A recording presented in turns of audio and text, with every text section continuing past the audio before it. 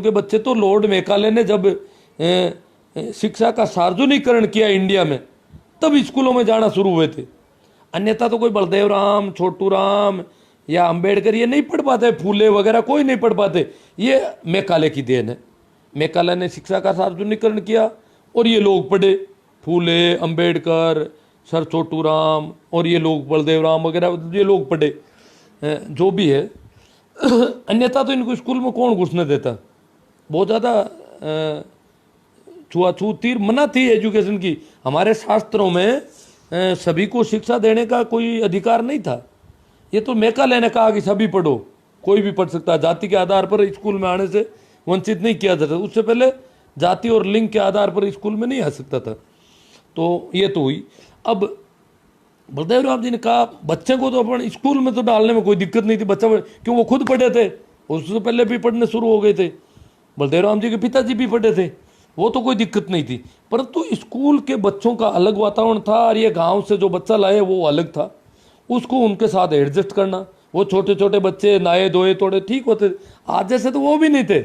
आज जैसे गांव डाणी के बच्चे हैं उनसे तो वो भी कम थे, परंतु हम तो खाना बदोशों से भी गई गुजरी हालत में थे। तो यहाँ से बलदेव राम जी गाँव से लोगों को कहते बच्चा दे दो मुझे, तो मुझे आप बच्चा सौंपो। गाँव में मीटिंग लेते, जागीरदारों के जुल्मों की बात करते और सारी करते, परंतु वो कहते एक बच्चा मुझे दे दो आप। गांव में से कोई, हर एक गांव में करीब करीब हर छोटे बड़े गांव में उन्होंने एक एक दो दो बच्चे वो लेके गए थे पकड़ के, मुझे बच्चा सौंप दो। लोग कहते बच्चे कैसे सौंप, बच्चा तो कमाई का साधन, बच्चा सौंपो। और भले बेल और बेटे को बराबर माना जाता था क्योंकि खेती का काम था। और बेल का मरना बेटे के मरने से भी खतरनाक। अगर अषाढ़ के महीने में बेल मर जाता किसी का तो खाएंगे क्या। बच्चा तो मर जाता तो बेल से खेती करके अनाज तो पैदा करते और बच्चा हो जाता। कल को बेल मर गया तो इस साल की खेती नहीं कर सकेंगे, जो बड़ी दिक्कत थी। तो बेल की तरह ही बेटा था और बेटा भी बेल की तरह काम करता था पूरा। एक एक बेटा और एक एक बेटी को खेती में सारे लोग काम करते थे, तब जाके पेट भरता था। ये नहीं कि एक बेटा रहेगा तो भी काम पेट भर जाएगा सबका। सभी लोग काम करते थे, फिर भी पेट कैसे भरता था, वो भी खींचड़ा बना के खाते थे। क्योंकि रोटी बनाए तो अनाज ज़्यादा लगता था, इसलिए खींचड़ा बना के, राबड़ी और खींचड़ा बना बना के खाते थे।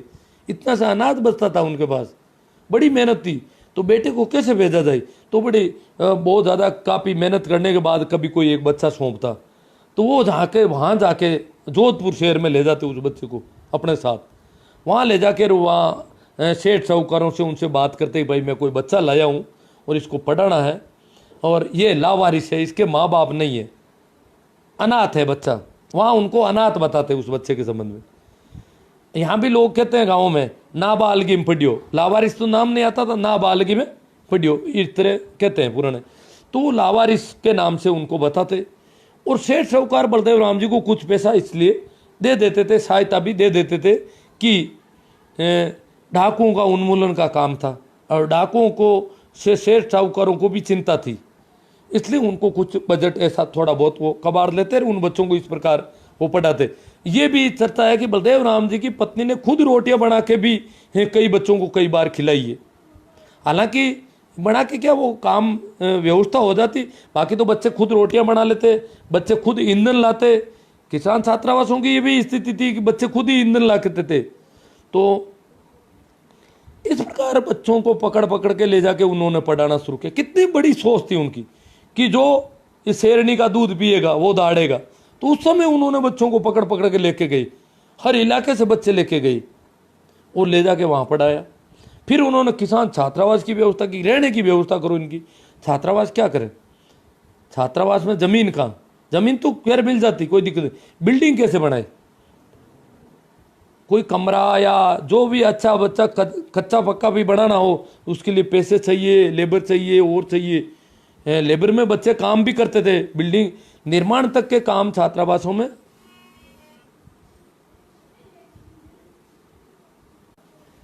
उन दिनों निर्माण के काम में भी बच्चे योगदान करते थे छात्रावास में रहने वाले। तो फिर उन्होंने देखा कि फोन आ रहा है बार बार, हाँ बलदेव राम जी ने इधर उधर पता किया तो बोले कि बच्चों की बोल्डिंग वाली बात तो बाद में आई। उन्होंने पहले पहले तो ये देखा गाँवों में जो शहरों में जो साधु रहते थे, जो साधु लोग रहते थे, राम राम माला पहनते थे, उनके जो स्थान थे वहाँ भी कोई ज़्यादा छप्पर वप्पर नहीं थे, परंतु उनके पास पानी का वो दिया ऐसी कोई व्यवस्था छोटी मोटी होती थी। तो उन साधुओं को कहा, नागौर में भी जो किसान छात्रावास वो साधु की बगीची थी, जोधपुर में भी रामगढ़ी छात्रावास है जो लोग जानते हैं, ऊपर पहाड़ी पर साधु का स्थान था और बगीची थी, वो साधुओं का स्थान था पूरा ही। तो वहाँ साधुओं से कहा कि ये बच्चे जो है मैं लाया हूँ और आपका सारा काम करेंगे, लकड़ियाँ बीन के लाएंगे, पानी की जरूरत होगी तो कहीं से भी लेके आ जाएंगे, जो भी चीज़ चाहिएगी, और रोटियाँ अपनी बना लेंगे, आपको इन बच्चों को रखना है। और साधु महाराज आटे प्रबंध, रोटी प्रबंध, ये सारा बलदेव राम जी को करना पड़ता था, क्योंकि गांव में उन बच्चों के घर वालों के पास पैसे इतने नहीं थे कि वो कुछ दे सके। तो इस प्रकार उन्होंने किसान छात्रावासों की शुरुआत साधुओं की बगीचों से शुरू हुई। वहाँ साधुओं के पास बच्चे रख दिए। तो रामगढ़ी के साधु थे, उनके भी हो सकता है शीशे वगैरह नहीं थे, उन्होंने फिर वो जमीन हॉस्टल के लिए छोड़ दी, वो ज़मीन, वो बिल्डिंग वगैरह सारी। इसी प्रकार नागौर में भी यही हुआ, जो किसान छात्रावास की ज़मीन है वो एक साधु की बगीची थी, और साधु ने फिर किसान छात्रावास के लिए ही उसको छोड़ दिया। फिर बाद में बिल्डिंगें और बननी शुरू हुई, तो बलदेव राम जी ने सेठ साहूकारों से चंदा लेकर के किसान छात्रावासें खड़ी की। किसान छात्रावास, जाट बोर्डिंग हाउस कहते थे इनको उस समय। फिर बलदेव राम जी ने कहा नहीं, जाट बोर्डिंग नहीं है, इनके नाम किसान छात्रावास रखेंगे। हालांकि शुरुआत में जाट बोर्डिंग हाउस नाम था इनका, और जोधपुर के इन जाट बोर्डिंग हाउस को जोधपुर दरबार से भी ग्रांट ले ली थी बलदेव राम जी ने कि ग्रांट दी जाए, बोर्डिंग हाउस में पैसा चाहिए, सहयोग चाहिए, तो दरबार भी सहयोग देते थे और सेठ साहूकारों से लाते थे। इस प्रकार ये हॉस्टल को चलाते थे। फिर बाद में आगे जाकर के बलदेव राम जी ने कहा भाई बच्चे तो सबके पढ़ेंगे। बलदेव राम जी ने कहा भाई सभी लोगों के बच्चे पढ़ने हैं, सभी जातियों को पढ़े, तो उनके नाम उन्होंने किसान छात्रावास कर दिए और प्रत्येक बच्चा उसमें पढ़े। उन्होंने उसका नाम किसान छात्रावास रख दिया।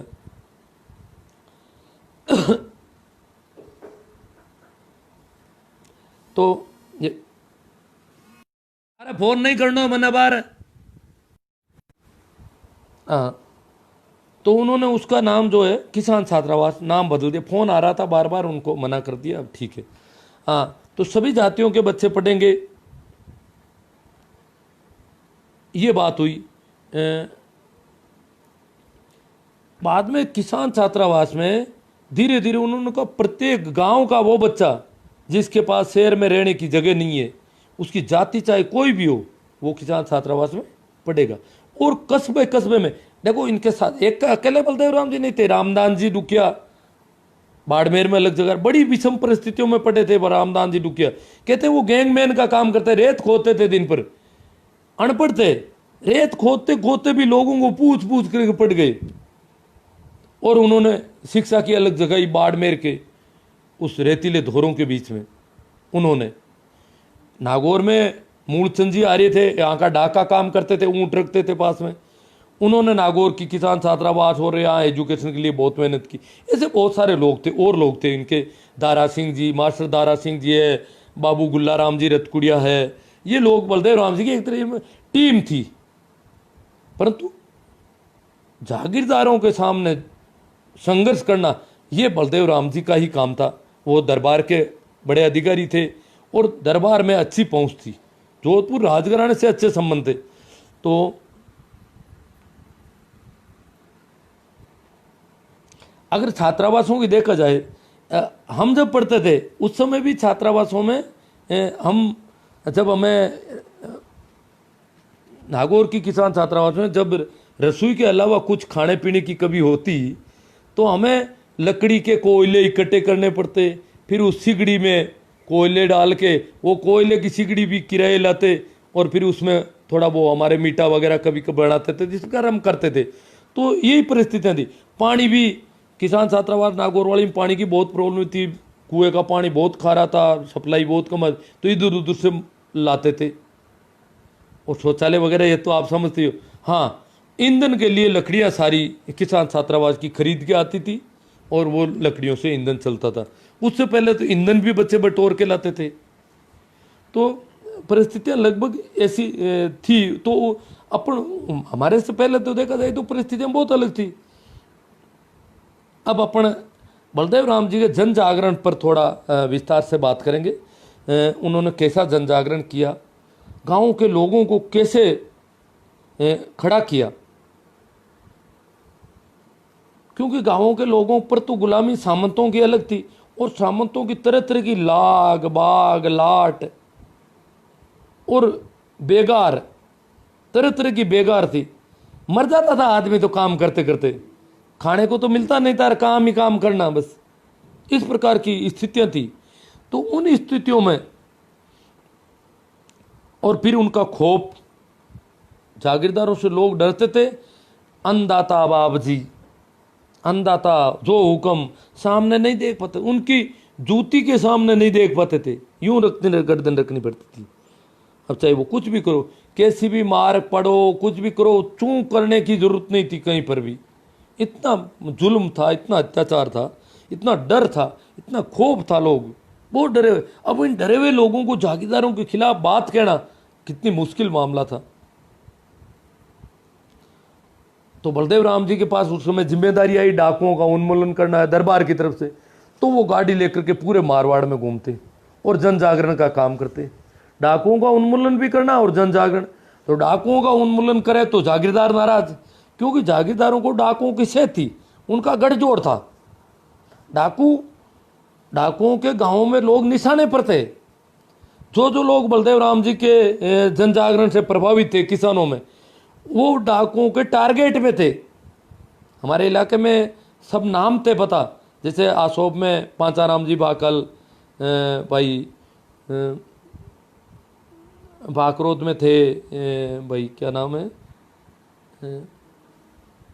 हीरा राम जी चौधरी, इसी प्रकार हरसोड़ा में हरदीन राम जी सेंगवा, यूँ अलग अलग कई लोग जो थे वो उनके टारगेट थे।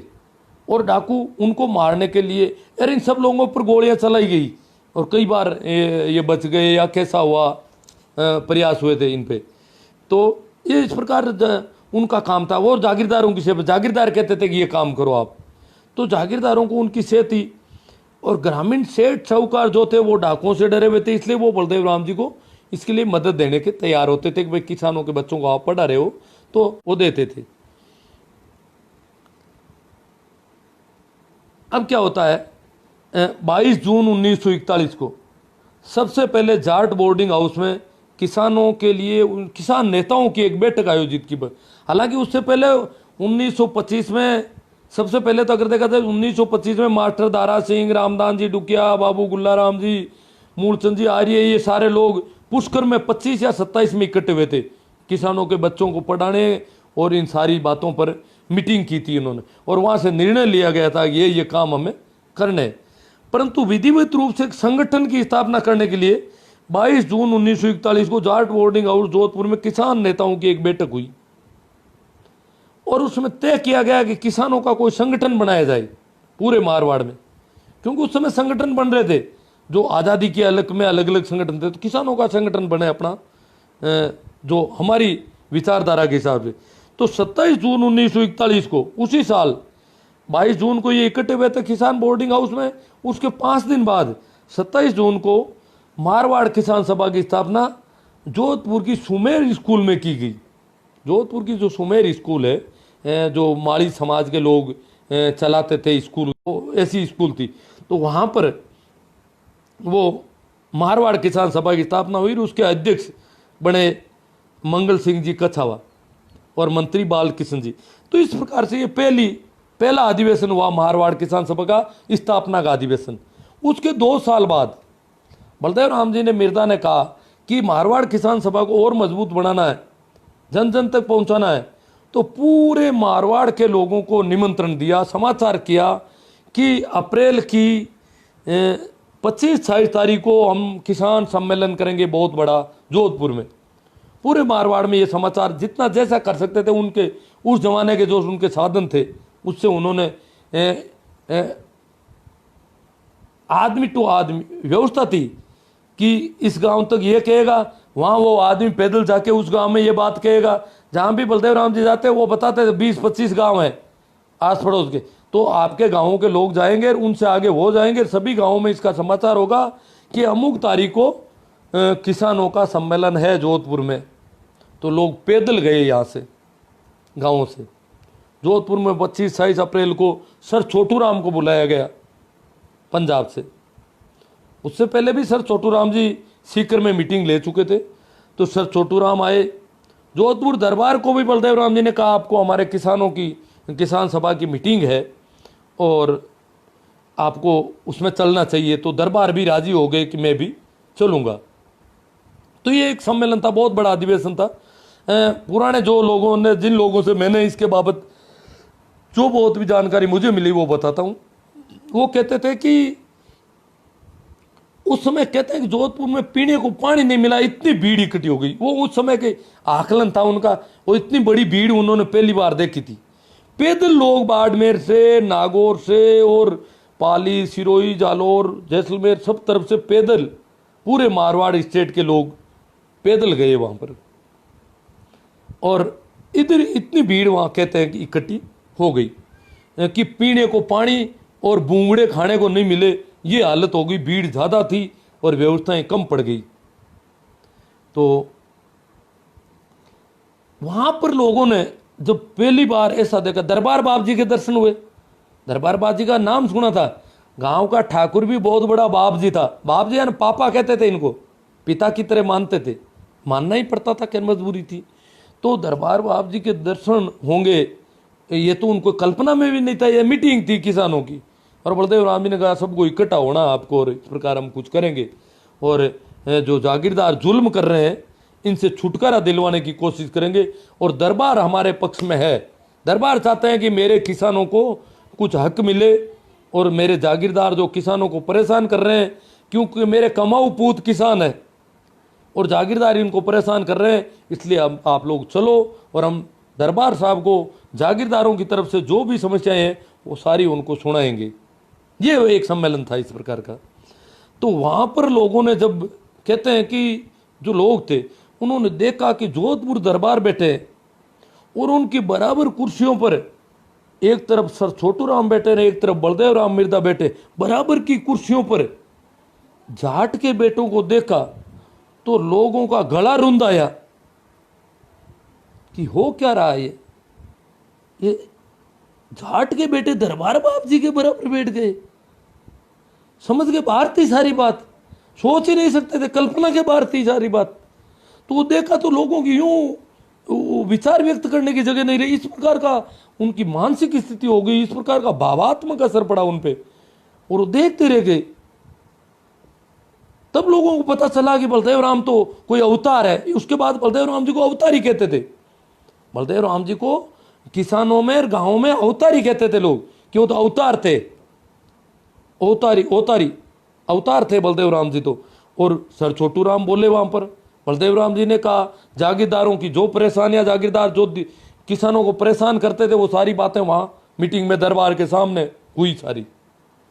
और दरबार से एक मांग किसानों की तरफ से रखी गई कि आप जो है सेटलमेंट कराओ, भूमि बंदोबस्त कराओ पूरे मारवाड़ का, जमीन का एक माप होना चाहिए और भूमि बंदोबस्त हो। तो दरबार ने उसकी हाँ भर दी कि करवाया जाएगा। तो सेटलमेंट की हाँ हो गई, भूमि बंदोबस्त हो गया, तय हो गई, ये दरबार की तरफ से मांग मान ली गई और किसानों का वो सम्मेलन एक तरह से बहुत सफल आयोजन हुआ। और सर छोटू राम ने अपने तरीके से बताया, क्योंकि वहाँ जागीरदारी जुल्म नहीं थे जहाँ छोटू राम थे, यहाँ जागीरदारों से लड़ना था। एक ही टारगेट था, शिक्षा जागीरदारों से लड़ना। सामान्य राजपूत से कोई लड़ाई नहीं थी। बलदेव राम जी की किसान छात्रावासों में राजपूतों के बच्चे रहते थे। गांवों के जो राजपूत थे, कृषक राजपूत, खेती करने वाले, उनसे कोई दिक्कत नहीं थी। जागीरदार परेशान करते थे तो जागीरदारों से बलदेव राम जी की सीधी लड़ाई थी। वो एक संघर्ष था अधिकारों का, हक का। लड़ाई भी क्या, उस हक अधिकार के लिए वो संघर्ष था। तो सर छोटू राम जी किसी और संघर्ष को जानते थे। उन्होंने कहा कि वहां क्या संघर्ष दूसरे थे, मंडी और फंडी के संघर्ष थे। ये नहीं था जागीरदारों वाला। मंडी जो दुकानदार था वो बदमाशी करता था। लोग तो रुपयों को जानते नहीं, रुपयों की गिनती जानते नहीं, माप तोल को जानते नहीं। वो यूं कोई सा भी पत्थर ला के रख देता, कहता ये इतने किलो है, इतने शेर है। खरीदना होता तब दूर से पत्थर ला के रखता, बेचना होता तब दूर से पत्थर। लेऊ और देऊ बाट, लेने के बाट अलग, देने के बाट अलग। लिखा पढ़ी में कुछ भी लिख दिया, कहते हैं खोपरा देता तो खोपा लिख दिया, खोपा या न बेल, तो बेल के पैसे चुकाने पड़ते। और जो लिखा है वो नहीं काटता तो भी पैसे लागू रहते। गाँव के लोगों को तो खेती काम से ही फुर्सत नहीं। वो कहते हैं था जानो साहूकार नशा है, और साहूकार का मतलब है बिल्कुल ईमानदार आदमी। एक रत्ती भर भी कोई मिलावट, चोरी, बेवकूफ, बेईमानी नहीं करने वाला व्यक्ति, तो वो जो भी कहता वो मान लेता। उसके पास लिखे होते थे और वो बताता, और उस हिसाब से वो किसान उनके कर्ज तले दबते जा रहे थे। मंडी में किसान का अनाज रेत के भाव ले लिया जाता था, रेत के भाव तोला जाता था। तो ये परेशानी सर छोटू राम वहां की परेशानी बताते थे। एक फंडी होते थे पाखंडी, कर्मकांड, अंधविश्वास और धर्म, मंदिर, मस्जिद, ये इनके नाम से जो नाटक करते थे, लोगों को ठगते थे, वो फंडी थे। मंडी और फंडी दो वहाँ की प्रॉब्लम थी। और यहाँ ये वो प्रॉब्लम इतनी छोटी थी कि जागीरदारों की प्रॉब्लम बहुत बड़ी थी, इसलिए वो प्रॉब्लम कम मानी जाती थी। तो ये तीन प्रॉब्लम, तीन तरह के लोगों की तरफ से इन समस्याओं पर सारी चर्चा हुई। ये हुआ, वो हुआ, और भूमि बंदोबस्त का तय हुआ। भूमि बंदोबस्त का तय हुआ तो दरबारों के आग लग गई एकदम से, नहीं जागीरदारों के, कि दरबार ने गलत मान ली। तो उन्होंने कहा भूमि बंदोबस्त होने नहीं देंगे। अब छोटे मोटे जागीरदार तो बोल नहीं सकते। जो बड़े ठिकाने थे जैसे आहुआ है, पीलवा है, आसोप है, गुलर है, ऐसे कई ठिकाने थे जिनके जागीरदार दरबार से कई बार खुन उठ सकते थे। अपनी सेना की काफ़ी मजबूती थी, वो दरबार को आंख दिखाने वाले लोग थे। और उनमें एक घराना हमारे पड़ोस का ख्यूसर भी था। हालांकि इनके दरबार से सीधे रिलेशन थे, कोई रिश्तेदारी थी, फिर भी ये भी नाराज हो गए। कहते हैं ख्यूसर में भी भूमि बंदोबस्त की जो झंडियाँ ला करके रोपी गई, जो बंदोबस्त के आदमी थे, कर्मचारी थे सेटलमेंट के, उन्होंने झंडियाँ लगाई तो यहाँ के जागीरदार के कणवारियों ने जाकर के उखड़वा दी, बंदोबस्त होने नहीं दिया। बड़े बड़े जागीरदारों, छोटे जागीरदार थे, चारण जागीरदार या इस प्रकार जो राजपूतों में जो छोटे जागीरदार थे, वहाँ पर भूमि बंदोबस्त का काम चल रहा था। परंतु और कुछ बड़े ठिकाने जैसे हमारा गांव राष्ट्र जागीर में था, वो बहुत बड़ा जागीरदार घराना था, परंतु वो उनका जोधपुर दरबार से रिलेशन ठीक था, तो उन्होंने इसका विरोध नहीं किया। तो उसी का थोड़ा सा और ले लेता हूँ कि एजुकेशन के मामले में ख्यूसर के जागीरदार बहुत क्रूर और अत्याचारी बताते थे। और उस समय ख्यूसर में एक तो नारवा गांव था ख्यूसर के अंडर में, वहाँ के श्री राम जी सो थे, बिल्कुल अनपढ़ आदमी, परंतु उनको पता चल गया कि बात जो DIG साहब कह रहे हैं, हालांकि बात तो कईयों को पता चल गई, पर वो कह रहे मर जाएंगे पर करते रहेंगे। और आज़ादी का एक तरह से जागीरदारों का सामना शुरू कर दिया, सीधा सीधा सीधा सामना। क्या करेंगे, जान ही तो लेंगे। बाकी लोगों को भी पता था बलदेव राम जी कहते हैं वो बातें सही, परंतु सामने कौन आए, सामने आने की। बलदेव राम जी की मीटिंग में भाषण सुनने नहीं जा सकते थे, डरते थे। भाषण सुनते थे तो जागीरदार वापस उनकी पेशी पड़ती थी, बुलावा जाता था कि फला आदमी बलदेव राम जी का भाषण सुनने गया था, गांव में मीटिंग हुई। हालांकि देखो गाँव की मीटिंगों की क्या हालत है, एक दो बातें पहले छूट गई। पहले तो जोधपुर की जो मीटिंग हुई उसके संबंध में गाँव में जो चर्चा हुई वो मुझे बताई गई, जो पुराने आदमियों ने बताई वो बताता हूँ।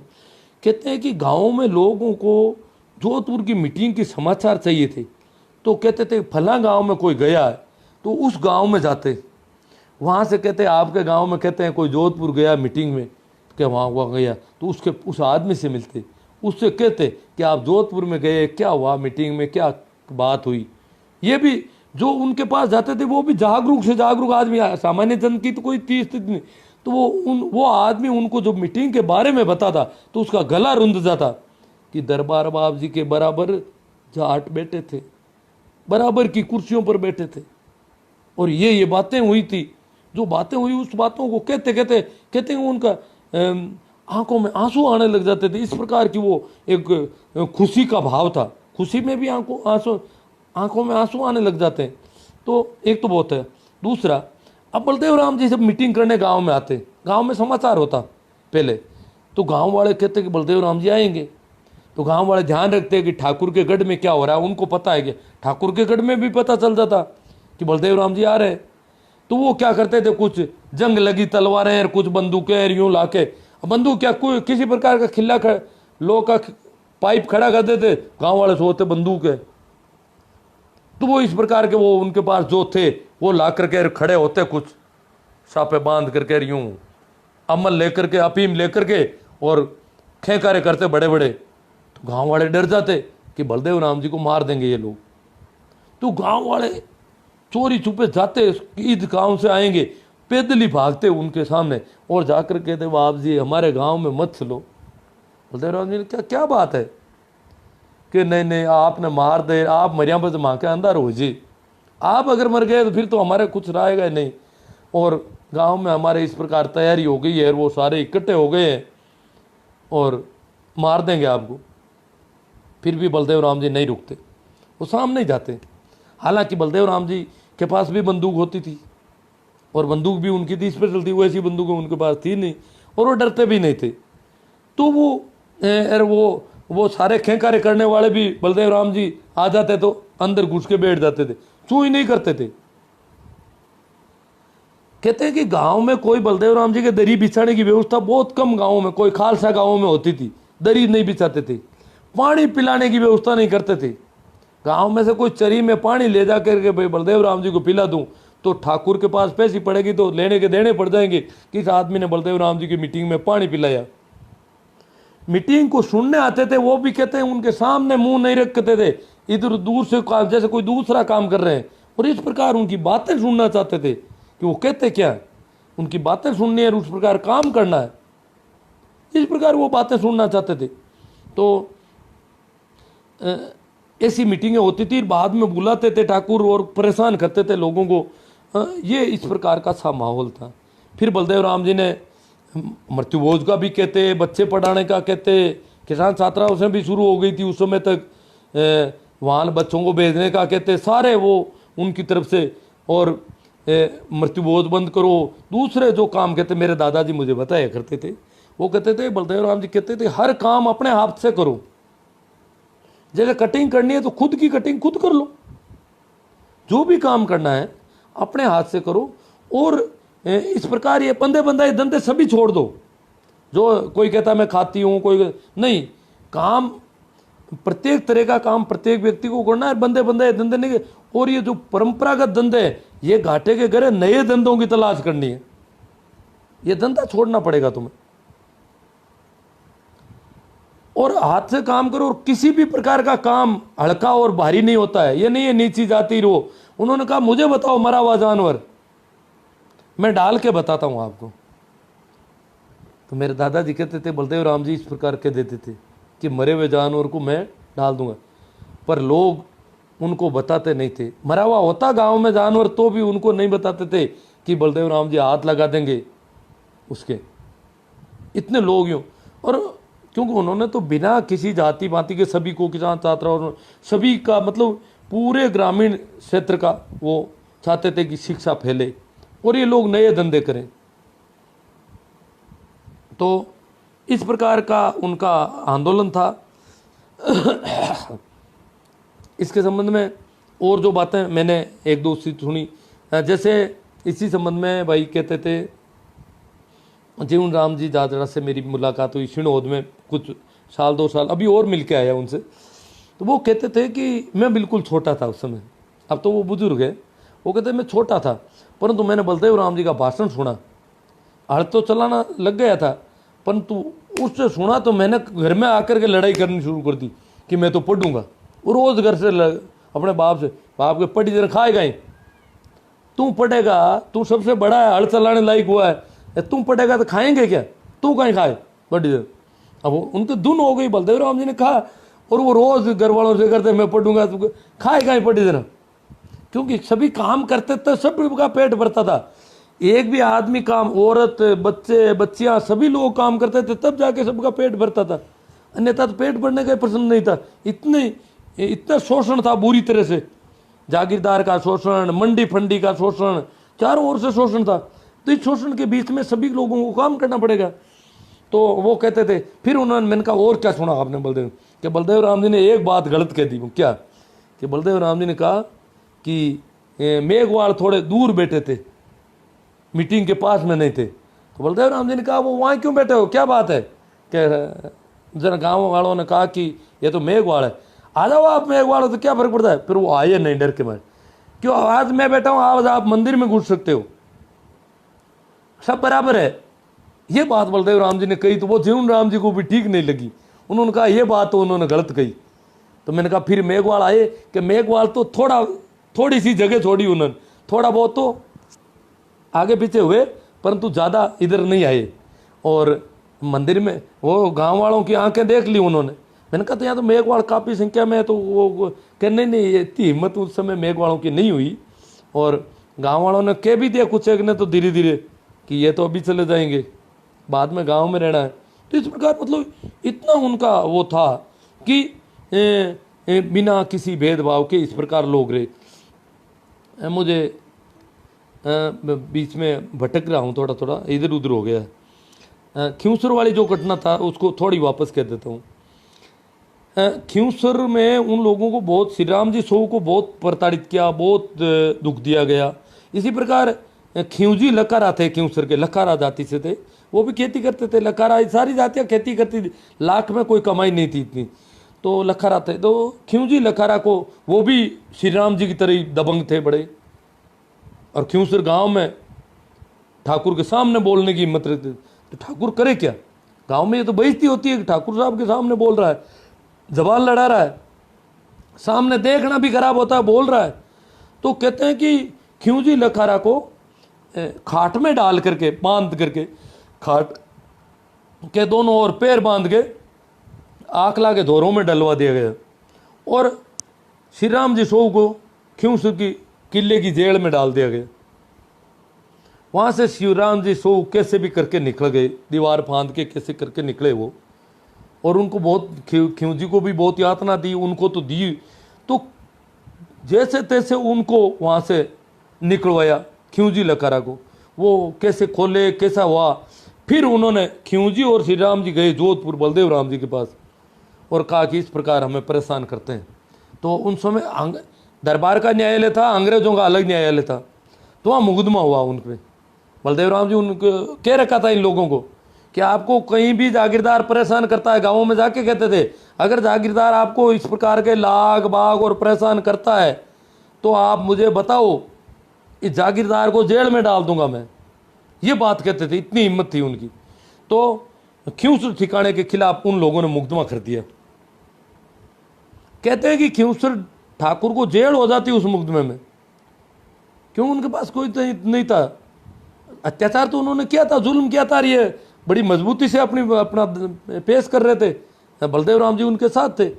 और कहते हैं कि गांव वाले अभी भी नारवा के लोग, श्री राम जी सो जो है पैदल जाते थे, अपनी रात को ही रोटियां बांध करके जोधपुर पहुंचना है। और खियूजी ये लोग पैदल जाते थे, पैसी होती थी। उधर खियूसर ठाकुर साहब की जीप एक बार कहते हैं श्री राम जी के पास से निकली, क्यों श्री राम जी तो पहले दिन रात को निकलते थे तो जोधपुर के नज़दीक पहुंच गए थे, और ये तो जीप से आए थे, तो ये तो ये कच्चे रास्ते ही थे। तो कहते हैं कि ठाकुर ने अपनी जीप रोक करके श्री राम जी सो को कहा कि श्री राम केस है तो है, मुकदमा है तो है, बैठ जा गाड़ी में। श्री राम ने कहा कि श्री राम हिंदी बोलते थे, गांव वाले कहते पढ़े लिखे नहीं थे, फिर भी हिंदी की कोशिश करते थे। श्री राम पीछे नहीं बैठता, बैठूं तो आगे बैठूं बराबर की सीट पे, और नहीं तो जाओ। अब बराबर तो दरबार ठाकुर कैसे बिठाए, और श्री राम जी नहीं बैठते उस गाड़ी में। एक बार रोकी थी, मतलब श्री राम नहीं बैठे उस गाड़ी में। और इस प्रकार इन परिस्थितियों में उन लोगों ने मुकदमा लड़ा, और मुकदमा वो जीतने के करीब थे। कहते हैं कि ताड़ावास के एक खाती को खियूसर ठाकुर ने पटा लिया अपने पक्ष में गवाह बदलवाने के लिए, अन्यथा वो केस में जेल हो जाती उनको। और खाती को कहते हैं एक रात में एक पोल और 2 कमरे और इस प्रकार एक गड्ढे टाइप का, जैसे ठाकरों की पोल होती थी वैसी पोल बना दी। एक रात में टाटा वालों कहते हैं एक रात में बनाएगी, वो वहाँ झूठी गवाही बदलने के लिए, और उसकी वजह से उनकी जेल बची।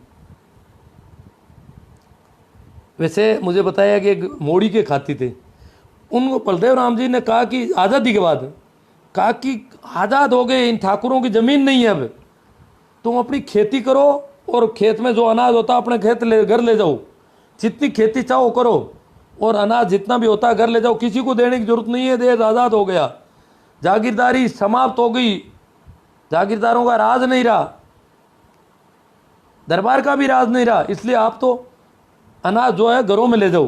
पर लोग तो डरते थे, मतलब आज़ाद होने के कई वर्षों बाद तक कई गांवों में अनाज ठाकुर के लोग ले लेते थे।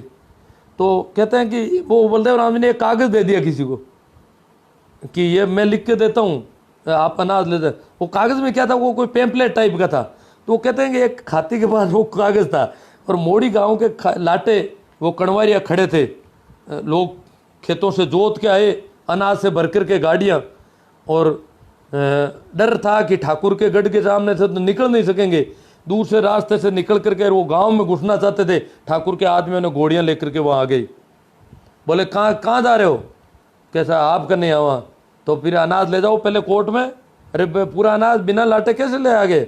तो वो कहते वहाँ एक खाती ने एक कागज़ दिखाया उनको कि वो बलदेव राम जी दियो कागज़ लिखिड़ो। तो कणवारी डर गए, वो भी अनपढ़ थे, खाती भी जानता नहीं था कागज़ में क्या लिखा है, वो भी डर गए, और वो भाग खड़े हुए, और वो सारा अनाज गांव में चला गया। ऐसी भी कहानी मुझे किसी ने बताई कि वो खाती ने ऐसा कागज़ दिखाया, और कागज़ से वो डर गए कि बलदेव राम जी का कागज़ है। उनको भी पता था कि देश तो आज़ाद हो गया है, तो हम तो यूं ही दादागिरी से कर रहे हैं सारा काम। तो ये इस प्रकार के मामले थे। वो उन्होंने मुझे बताया एक दो बातें, और मेरे पिताजी भी दादाजी भी कहते थे, बलदेव राम जी, वो मोड़ी वाले जो मांगीलाल जी कह रहे थे, वो उनके कहने की ढंगा लगता। उन्होंने अभी थोड़े दिनों पहले उन्होंने कहा कि बलदेव राम जी ने कहा कि खेती करना छोड़ना पड़ेगा आपको, दूसरे धंधे पकड़ोगे तब प्रोग्रेस होगी, विकास तब होगा जब प्रत्येक व्यक्ति पढ़ेगा, और खेती का काम छोड़ोगे तो आप आगे बढ़ोगे, नहीं तो आगे लोग कहते देखो मत तो खराब हुई डी साहब को, खेती को काम कर छोड़ा जन आगे की कर बदा, खेती छोड़ दे पर भूखा मारा मर जा। और बलदेव राम जी ने कहा खेती मशीनों से खेती होगी, को माँ तो खराब हुई को, खेती कोई मशीना हुआ, हाँ ठीक है जीप तो कांटा था हुई के बाद जीप तो मैं देखता, तब तक तो ट्रैक्टर, क्यों खेती मशीनों से होगी। तो लोग कहते हैं ये तो ऐसी बात। जैसे हमारे पड़ोस में बलदेव राम जी का ससुराल है, मेरे बिल्कुल पड़ोस के गांव में, डेरू गांव में बलदेव राम जी का ससुराल था। और डेरू जब भी हम जाते हैं, मैं तो साइकिल से भी पैदल भी जाता था, तो बीच में हमारे दोनों गांवों के बीच में बलदेव राम जी ने एक प्याऊ बनाई थी। उस जमाने में बलदेव राम जी की पत्नी ने बनाई थी, ऐसा बताते हैं। वो पत्थर की प्याऊ बनी हुई है, बाद में उसका शायद रिनोवेशन करवा दिया होगा। वो वहाँ पर 4 गाँवों के रास्ते आते हैं, और चारों ही गाँव 5-5, 6-6 किलोमीटर दूर है वहाँ से। तो वहाँ पर वो तब हमें याद आता है ये बलदेव राम जी, क्योंकि बलदेव राम जी का डेरू में ससुराल था। तो डेरू के लोगों से मैंने पूछा कि बलदेव राम जी आपके गाँव में आते थे तो क्या कहते थे, क्योंकि बलदेव राम जी का ससुराल था वहाँ पर। जो माडी बाई है वो डेरू की रहने वाली थी। तो बोले कि हमारे तो क्या है कि बूढ़ियों को, बूढ़ा आदमी है उनको बात कहते थे थोड़ी बहुत, पर वो लोग जो है, मैंने कहा भाई आपका गांव मौसर में सबसे आगे चल रहा मृत्यु भोज में, जबकि बलदेव राम जी इसके खिलाफ थे। कि वो बलदेव राम जी तो कहते थे, पर लोग बलदेव राम जी की ये बात तो मानते नहीं, दूर सी बातें भी ज़्यादा नहीं मानते थे कि बलदेव राम जी यूँ ही करे। बलदेव राम जी कहते थे मशीनों से खेती होगी, ये होगा वो होगा, बच्चों को पढ़ाना पड़ेगा, अनपढ़ की कदर नहीं रहेगी, बिल्कुल सब बच्चे पढ़ेंगे, लड़कियां भी पढ़ेगी, ऐसे कहते थे। तो लोगों को ये होता लड़कियां भी पढ़ेगी, वो तो लड़कियों को पढ़ने का जब वो कहते थे लोग होते इस बार भैंस पढ़ेगी क्या, मतलब लड़कियों को तो बकरियों के भैंसों के बराबर समझते थे, वो लड़की कैसे पढ़ लगी, मतलब लोगों को समझ में नहीं आती है बातें। इस प्रकार की बहुत प्रोग्रेसिव बातें वो कहते, और उनमें वो कहते थे ये और सब बातें तो उनकी हो गई जैसा उन्होंने कहा, ज़्यादा ही हो गई। पर एक बात वो उन्होंने कहा कि ये ज़मीन आपके पास ज़मीन नहीं रहेगी, वो नहीं हुई अभी, वो अभी होनी है। भूमि अधिग्रहण वाले आ गए हैं, व्यापारी शिकंजा कस रहे हैं देश की सत्ता पर, और धीरे धीरे वो ज़मीन निकल जाएगी हाथों से किसानों के। वो एक काम बाकी है, वो बता रहे थे, मांगीलाल जी कह रहे थे, और तो बलदेव राम जी सब बातें सही हुई पे क्यों जमी थांगन कौन रे वेली, थांगन जमी छोड़े ला कौन लोग। मारवाड़ी में अच्छा लगता, पर हो सकता है कुछ लोगों को समझ में कम आए तो ये कुछ बातें हो सकता है मेरी छूट गई हो, कुछ हो गई हो, जितनी करना चाहता था काफ़ी बातें हो गई है शायद। अच्छा यही रहेगा, क्योंकि एक फ़ोन बार बार आ रहा है, अच्छा यही रहेगा कि अब मैं आपके प्रश्नों को, आपके जो कमेंट आए उन पे चर्चा करूं, क्योंकि शायद लाइव सेशन काफ़ी लंबा चल पड़ा है। मारवाड़ी का काफ़ी लोग कहते हैं आपको हिंदी समझ में आ रही, तो मैं सोच रहा हूँ चलने दो। यही कुछ ऐसे लोग हैं जो कहते हैं कि मारवाड़ी हमारे समझ में नहीं आ रही है, ये दिक्कत हो जाती है कई बार। अब मैं कमेंट ही लेना शुरू कर रहा हूँ आपके सीधे से, आराम से बैठ जाऊँ। तो एक तो सबसे बहुत ज़्यादा लोग आ रहे हैं और बहुत ज़्यादा लोगों ने इसमें सहयोग दिया है। ज़्यादा से ज़्यादा मेरे हिसाब से आप शेयर भी करेंगे, वो सारा करेंगे। और जो मेरा फेसबुक पेज तो अब अभी मेरा ज़्यादा नहीं चल रहा है, मेरी यूट्यूब है चैनल है, उसको भी ज़्यादा से ज़्यादा लोग सब्सक्राइब करें और उसमें कमेंट वगैरह करें थोड़े, इससे हेल्प करने के लिए ये अब मुहिम आगे बढ़ाएं अपन। तो अब मैं कमेंट ले रहा हूँ आपके। बाड़मेर से चौधरी रामदयान जी, हाँ थे जी बाल गजेंद्र जी हटीला, सर आज की कहानी हमें बहुत ही रोचक लगी, बहुत बहुत धन्यवाद आपको, ऐसी ऐतिहासिक कहानियाँ सुनाया करें। गजेंद्र जी हटेले नागड़ी से है शायद, तो इन्होंने कहा कि बहुत बहुत धन्यवाद और अच्छी लगी कहानी, ऐसी ऐतिहासिक कहानियाँ। क्रांतिकारी लाइव है बलदेव जी कह रहे हैं। हाँ बातें हैं, वो देखो उन परिस्थितियों में वो लोग रहे थे। सराहनीय कदम राजू जी खदाव। तो हाँ बुरा राम जी कप्तान, तो बुरा राम जी एक तो कप्तान साहब थे बोड़वा गांव में नागौर में, पेड़ाद सिंह जी, पेड़ाद राम जी वो बुरा राम जी भाई थे, पर वो थोड़े उस समय के। आप किस गांव में कप्तान बता रहे हैं? गणपत जी डीडवाना साइड में कहीं, अम्बापा डीडवाना होंगे, पर वो कप्तान उन बद्री राम जी की उम्र के होंगे लगभग, उससे कम के होंगे। सेकेंड वर्ल्ड वार में काफ़ी लोग थे गाँव में, गाँव के, जो उस समय थोड़ी बहुत पढ़ाई करके नौकरी में चले गए थे।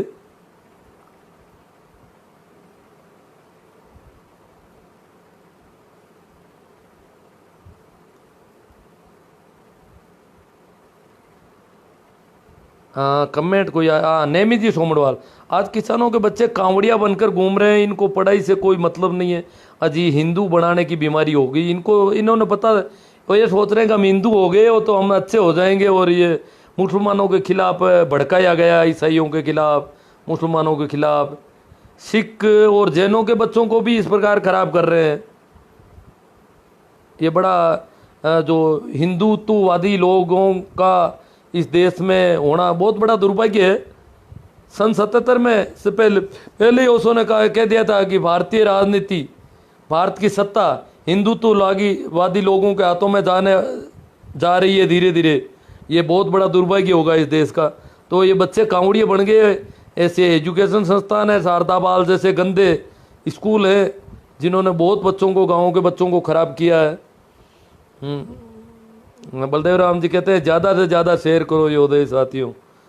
बलदेव चौधरी, बलदेव जी कह रहे हैं किसान कमेरा वर्ग के क्रांतिकारी विचारक जिंदाबाद। ठीक नहीं, मैं तो क्या जिंदाबाद से, वो तो मेरे कोई ज़्यादा काम नहीं आती, पर खैर इनके भाव है, देखो भाव हो जाता है, ये भाव भर गए। जो बातें सुनी, डाकू वाली बातचीत बीच में छूट गई। हाँ डाकुओं ने जो किए थे उस पर थोड़ी और चर्चा कर लेते हैं अपना, चलो। अटिला जी कहते हैं तो डाकुओं ने जैसे मेरे पांचाराम जी के पास साथ हमला, अशोक के पांचाराम जी भाकल थे, वो बलदेव राम जी की टीम के एक तरह से आदमी, टीम के तो क्या, टीम में तो गुल्ला राम जी वो लोग माने जाएंगे, रामदान जी वगैरह, परंतु गांव में रह करके जागीरदार से सामना करना। अशोक ठाकुर भी बहुत दबंग थे, और उनसे सामना करने की बात कर लेना ये छोटी बात नहीं थी। तो इस प्रकार के लोग थे। तो कहते हैं कि उनको मारने के प्रयास हुए कई बार, एक दो बार गोलियां भी इधर उधर चली। हमारे हीरा राम जी को तो आज़ादी के बाद में गोलियां चली और गोलियां लगी, परंतु फिर भी वो उसके काफ़ी बाद में मरे। हीरा राम जी चौधरी जो मेरे गांव के थे, उनका वो बड़े दबंग आदमी थे सब। कहते हैं कि शंकुवास ठाकुर ठिकाना भी बहुत बड़ा था पुराने ज़माने में। तो कहते हैं कि शंकुवास का ठाकुर जोधपुर दरबार का होम मिनिस्टर होता था, गृह मंत्री शंकुवास का ठाकुर होता था। तो शंकुवास का ठिकाना भी काफ़ी बड़ा था। तो वहाँ पे उन्होंने कोई पंचायती के लिए मीटिंग बुलाई, 4 चौधरियों को बुलाया कि इलाके के 4 प्रमुख चौधरियों को, जाटों को बुलाया जाए। तो उसमें हीरा राम जी कहते हैं साइकिल लेकर के वहाँ गए थे। तो उस समय हीरा राम जी के पास साइकिल थी, जागीरदारी के ज़माने में भी। तो वो ज़्यादा आगे के आदमी थे। तो हीरा राम जी कहते हैं कि वहाँ गए तो शंकुवास ठाकुर साहब के जो आसन लगा हुआ था, कुर्सी थी, उसके बराबर एक बहुत बड़ी कुर्सी और थी। उस पर जाकर के हीरा राम जी बैठ गए। तो शंकुवास ठाकुर को बड़ा यूँ लगा कि ये क्या बात है, क्या मैं कोई सपना देख रहा हूँ, या आदमी कैसे बैठ गए यहाँ आकर के। तो उसने पूछा आप? क्या मैं हीरा राम चौधरी बाकरोत। अरे हीरा राम जी चौधरी, आप यहाँ कुर्सी पर कैसे बैठे? तो बोले मुझे बुलाया था आपने निमंत्रण दिया था हम लोगों को, तो आपको तो पंचायती करने के लिए बुलाया था, ये कुर्सी मोड़ी ठाकुर साहब के लिए है। बोले पंचायती कैसे होगी फिर, अगर हम लोग वहाँ नीचे बैठे थे 2-3 चौधरी। हीरा राम जी ने कहा हम लोग वहाँ बैठेंगे तो आपकी हाँ में हाँ मिलाएंगे, आप आदेश करोगे, वो पंचायती कैसे होगी? ये तो आदेश, जो आप आदेश करोगे उनकी हाँ भरवाने के लिए बुलाया क्या हमें? पंचायती होगी तो बराबर बैठ के होगी। आप इतने ऊपर बैठे हो, ये नीचे 4 आदमियों को बिठा दिया और कह रहे हैं पंचायती कर रहे हैं, वो तो वहाँ से आदेश होंगे और यहाँ मानने होंगे। मतलब ये भी एक मानसिकता होती है कि इस प्रकार अगर आप ऊपर बैठोगे, ये इतने नीचे बैठेंगे तो ये समान विचारधारा से विचार विमर्श नहीं हो पाएगा ये। तो हीरा राम जी इस बात को जानते थे अच्छी तरह से। तो ये मानसिक रूप से दबाव होगा नीचे बैठने वालों पर, ये पंचायती नहीं हो रही है। तो हीरा राम जी ने सीधा इतने बड़े ठाकुर को सीधा सीधा कह दिया। तो कहते हैं कि शंकुवास ठाकुर को खुद को नीचे आके बैठना पड़ा हीरा राम जी के सामने, क्योंकि उस ठाकुर को भी पता था कि हम ये तो डर बनाए रखने के लिए इस प्रकार का ये प्रोटोकॉल काम में लेते हैं, ताकि लोग इस प्रकार रहे, अलग थलग पड़े रहे। तो इस प्रकार का मामला था। और भी कुछ बातें करेंगे बाद में। देखो कुछ मैं देखता हूँ लंबा हो गया सेशन, दोनों समझ में आ रही। मतलब मारवाड़ी थोड़ी आकर्षक होती है। जो मैं मारवाड़ी बोलता हूँ तो मतलब बिल्कुल बहुत गहराई से बोलता हूँ, फिर ठीक जैसी सुनी है वैसी कह देता हूँ, तो लोगों को बड़ा मज़ा ज़्यादा आता है। पर मज़ा इसलिए ख़राब करना पड़ रहा है कि उन लोगों को भी पता चले कि जो नहीं समझ पा रहे हैं। ईश्वर जी सारण को ज़बरदस्त लगा आज का लाइव गुरु जी। मुकेश जी भाकल JNU से, जोधपुर से। मुकेश तो हाँ भाकरोत का ही है, तो JNU में पढ़ता है इसलिए लिखा हुआ है। आज बलदेव राम जी की बातें बहुत अच्छी लगी। चलो रेवंत राम शिला, महिला को बराबर का दिलाने व बाबा साहब का अहम योगदान। बाबा साहब तो उन्होंने संविधान बनाया था, तो संविधान बनाने में जो आदमी थे तो वो तो बाबा साहब का तो रोल है ही, पूरा संविधान उन्हीं का रोल है।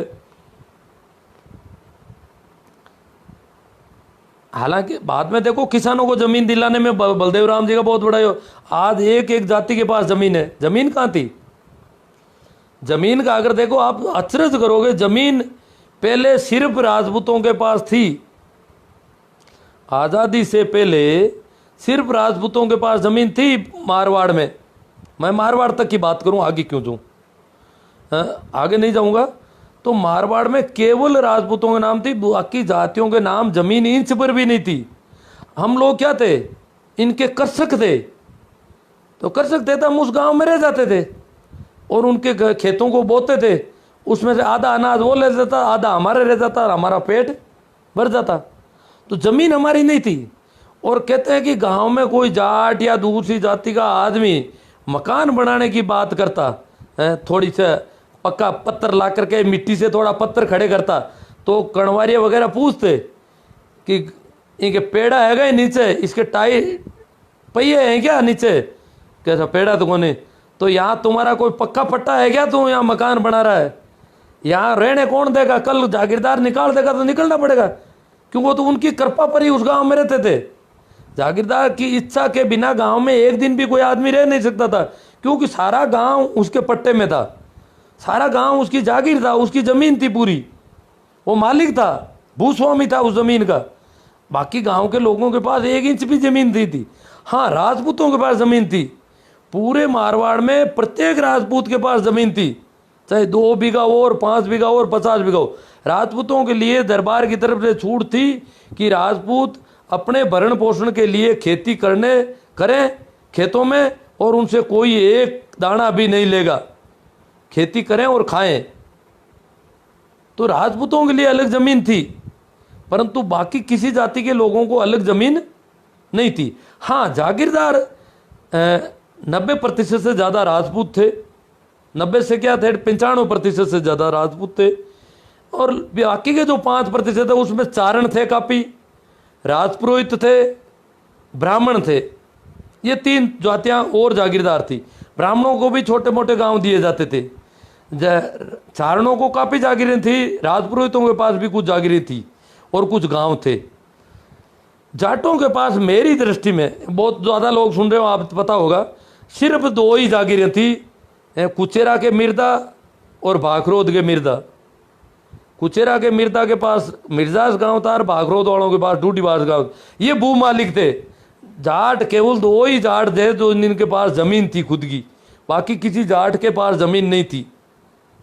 और कोई मिर्दा हो जाटों में कहीं हो तो मैंने सुना नहीं, बाड़मेर में या नागौर में, कहीं पूरे मारवाड़ में नहीं सुना। ये 2 ही जाटों के घर है, जो वो तो राड़ गोत्र के जाट थे और भाखरोद वाले भाकल हैं। ये इनकी गोत्र अलग है, मिर्दा कोई गोत्र नहीं है। ये इन लोगों के पास जागीर थी जमीन। भाखरोद में जागीरदार के अलावा दूसरे मिर्दा के पास भी एक ज़मीन थी, उसका नाम, उसको क्या कहते थे, भोम। जैसे राजपूतों को ज़मीन मिलती थी ना, वैसे मिर्दा को भी ज़मीन मिली हुई थी थोड़ी बहुत यहाँ पे, छुट भाइयों के हिसाब से। छोटे भाइयों को राजपूत छोटे भाई कहलाते थे ठाकुर के, तो छुट भाई थे इसलिए ज़मीन देते। तो मिर्दा को भी थोड़ी बहुत भोम यहाँ भाखरोद वालों को मिली, कुचेरा वालों को हो ठीक नहीं थी, पता नहीं मुझे। इनको साडोगण में कोई ज़मीन मिली हुई थी। और भाखरोद की जो ज़मीन थी उसमें मिर्दा से भाखरोद का जागीरदार आधा दान नहीं लेता था, सिर्फ बाकी जाटों से, सभी से, भाकल थे दूसरे जाट, उनसे भी आधा लेता था, खाती कुमार सभी जातियों से आधा ले जाता था। राजपूत तो अपनी अलग ज़मीन थी, उनसे तो कोई ले ही नहीं सकता। और मिर्दा से 1/3 लिया जाता था। मिर्दा के लिए छूट थी। मिर्दा गोत्र जो जाट थे जिनको दरबार की तरफ से मिर्दा की पदवी थी, उनको छूट थी। तो ये ज़मीन का मामला ऐसा था कि मारवाड़ की सारी ज़मीन राजपूतों के नाम थी। फिर वो ज़मीन हुई राजस्थान सरकार के नाम। फिर किसानों को ज़मीन दिलवाई गई। ये बलदेव राम जी मिर्दा के जाने के बाद में कुंभाराम जी आर्य और बलदेव राम जी भी किसान सभा का जो विलय किया गया था, किसान सभा थी, राजस्थान किसान सभा बन गई। तो जो मारवाड़ किसान सभा थी वो बाद में राजस्थान किसान सभा बनी और उस किसान सभा का विलय कांग्रेस में किया। तो नेहरू जी से इस बात का समझौता हुआ कि ये ज़मीन जो है किसानों को दी जाएगी, जो किसान ज़मीन बोता है वो ज़मीन उसको मिलेगी। तो हमें ज़मीन दिलाना, शिक्षा दिलाना, सारा सब कुछ जितना करना था वो संघर्ष। बलदेव राम जी संघर्ष नहीं करते थे क्या फ़र्क पड़ता? उनका बेटा लंदन में पढ़ रहा था, रामनिवास जी बैरिस्टर होकर के आए थे लंदन से पढ़ के, तो उनको कोई कमी नहीं। वो नहीं चाहते कि क्यों जागीरदारों से लड़े। जगह जगह बंदूकें लिए लोग आते थे, उनको मारने की बातें होती थी, परंतु उनके दिल में दर्द था हमारे प्रति कि इन लोगों को मैं अधिकार दिला दूं, इनको ज़मीन दिलाऊं, इनको शिक्षा दिलाऊं। ये पीड़ा थी उनके। आज के नेताओं की तरह नहीं थे बलदेव राम जी, ऐसा मत समझना आप। आज के नेता जो इधर उधर होटलों में बिकते फिर रहे हैं या खरीदते फिर रहे हैं, ऐसे नहीं थे। उनके वास्तव में दर्द था उन्होंने एक एक बच्चे को पढ़ाने के लिए इतना दर्द लिया था, इतना संघर्ष किया था, उनसे संघर्ष करना पड़ता था। जहान हथेली में रख करके वो जिंदा रहे थे। डाबड़ा कांड सुना होगा आपने, कितने किसानों को मार दिया गया वहां पर। तो इस प्रकार ये कंडीशन थी।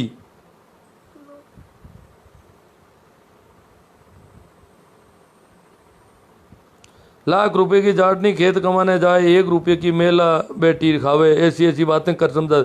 हाँ, बलदेव राम जी कहते थे कि लाखिणी है जाटनी, जगी तो खेता में दुख पावे, भूखा मरे, और मेला बेटी खावे,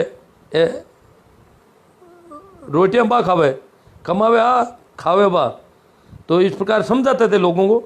वो भाई अनिल कुमार जी बिश्नोई कहते, वो कौन से नेता थे जिन्होंने एक कलेक्टर को फोन करके हाईवे को बंद करवा दिया क्योंकि उस रोड पर मारवाड़ राजस्थान के कुछ लोग गायों को लेकर जा रहे थे। भाई ये मुझे तो पूरा तो पक्का नहीं, नाथूराम जी के बारे में ऐसा कहते हैं कि उन्होंने ऐसा किया। कोई कलेक्टर डरपोक था तो उसने हाईवे को ही बंद कर दिया।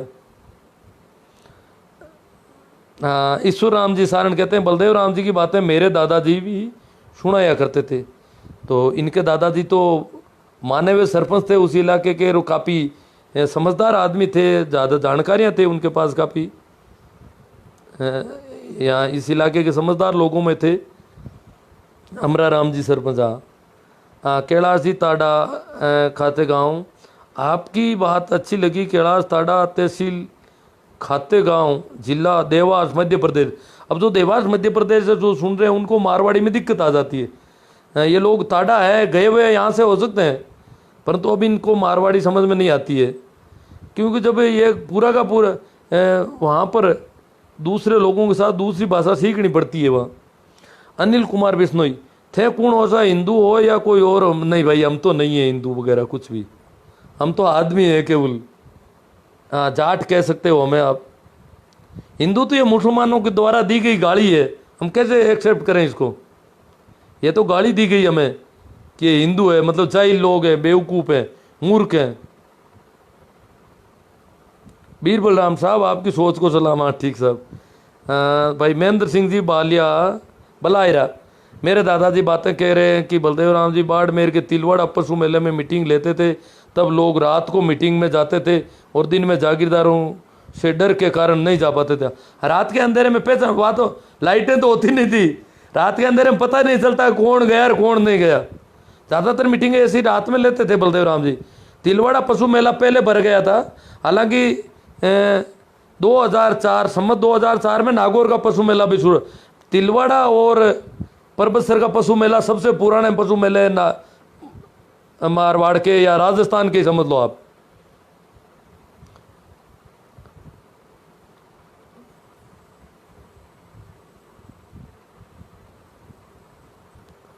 भाई बाल किशन जी जा जरा जेल से, आप जैसे कम ही मिलेंगे जो इतनी ज्ञान की बातें बताने के लिए। अब मिलने के आपसे सीधी बात हो रही है, मिलने की सुविधा हो गई तो बातें कर रहे हैं अपने क्या।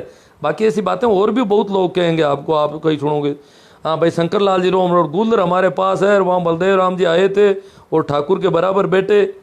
हाँ गुलर में, हाँ ठाकुर के बराबर वो तो बैठ सकते, वो तो दरबार की तरफ से DIG थे, पुलिस के बहुत बड़े अधिकारी थे, तो ठाकुर को डर लगता था ना बलदेव राम जी से। तो गांव वाले डरते थे कि ये बहुत ज़्यादा खड़े हो गए, खेंकारे कर रहे हैं, अमल लिए हुए हैं, कहीं मार नहीं दे किसी को।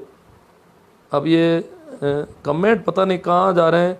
सर कहते हैं, अरे डाकुओं के बारे में अभी बताओ सर, अभी 500 लोग सुन रहे हैं। हाँ सुन तो रहे हैं, पर मैं डाकू तो क्या, वो तो बाहर निकले हुए लोग थे जी।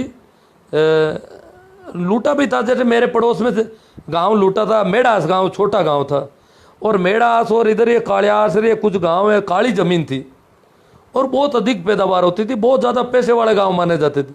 सबसे ज़्यादा गहने वहाँ की औरतों के पास होते थे, और उस ज़माने में सबसे ज़्यादा पक्के मकान ही होते थे। वैसे हमारा गांव भी उनमें शामिल है।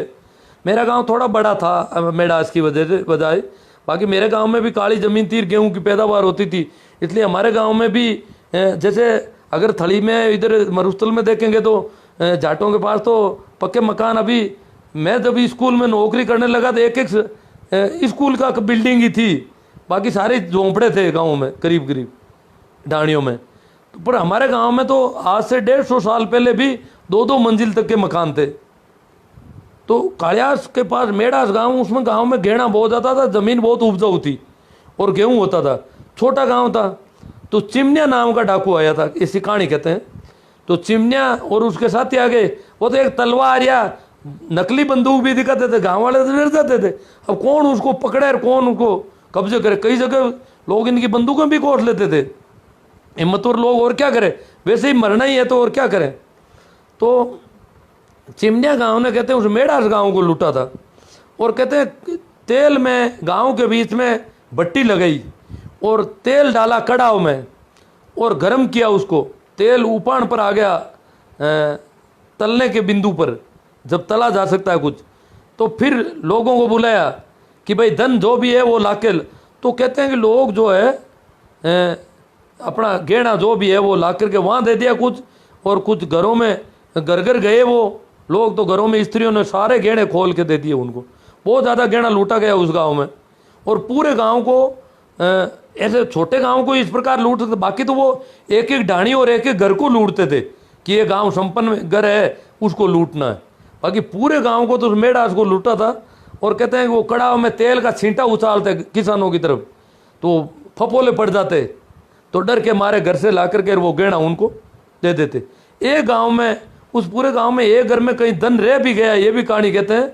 वो क्या है कि वो थैली भरी हुई कहीं भूल गए किसी के घर में, उनको भी ध्यान नहीं रहता था कितना इकट्ठा किया और कितना नहीं किया। इस प्रकार की ये कहानियाँ, अब ज़्यादा तो मुझे क्या याद आएगी अभी, किसानों मार करने वाले मसीहा मिर्दा साहब थे। हाँ, मिर्दा साहब तो थे साहब, उन्होंने अपना हमारे लिए किया था। वास्तव में उनको कोई राजनीति नहीं करना, उनको एमएलए बनना नहीं था, हमारे वोट नहीं चाहिए थे। वो हमारे सामने आज के राजनेताओं की तरह भीख मांगने नहीं आते थे, इसीलिए तो वो मृत्युभोज के खिलाफ खुलकर बोलते थे। हाँ, गीत तो वो है बलदेवा राजकुमार बोमली जाटानी, बलदेव जी चौधरी भारतीय हैं, नागपुरी संतरे के लट बजाने वाले बेचारे के। हाँ, वो हिंदू वाला जवाब उनका दे रहे हैं विष्णु जी का। 500 से ऊपर लोग देख रहे हैं, आप तो 600 से भी ऊपर चल रहे हैं।